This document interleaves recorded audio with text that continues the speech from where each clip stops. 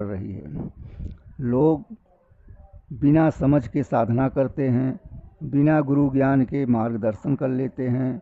जितने विद्वान मठाधीश अन्यत्र नए नए अपने अपने मार्ग को बनाए हुए हैं, वे सब अधर्म के मार्ग पर पैर रखे हैं। क्योंकि जो हमारा पुराना रास्ता है, जैसे आदि गुरु शंकराचार्य आश्रम है, माधवाचार्य है, निम्बारकाचार्य है, रामानुजाचार्य आश्रम है, इन आश्रमों को लोग छोड़ करके और मनमुखी मंत्रों का प्रयोग करके जनता को गुमराह कर रहे हैं। अब ऐसे ही कलयुग के अंदर विद्वान आपको दिखाई पड़ेंगे, इसलिए ऐसे विद्वानों से बच के रहिए।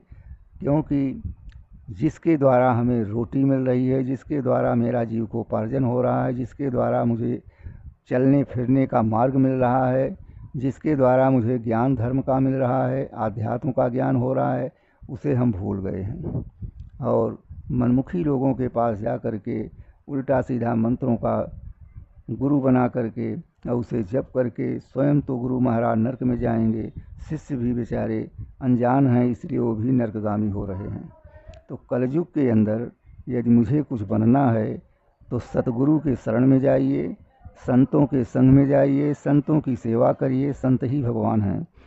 भगवान कहते हैं कि मैं तो भक्त के पराधीन हूँ, हम भक्त पराधीनो हे स्वतंत्र युद्धजय, साधुर्भक्तिर हृदयो भक्तिर्भक्त जनप्रिय।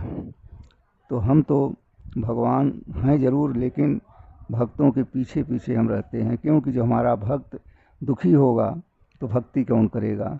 भगवान की ये लीला है, यही उनका एक, चाहे आप लीला कहिए, चाहे रास लीला कहिए, चाहे रामलीला कहिए, चाहे उसे जिस रूप में आप ग्रहण करिए, लेकिन पूर्ण ब्रह्म परमात्मा को अगर प्राप्त करना है तो पूर्ण रूप ब्रह्म जो नारायण स्वरूप हरि हैं, उनका ध्यान करिए, उनका जप करिए, उनका उपासना करिए, तभी इस कलयुग में जीव को मुक्ति मिलनी है।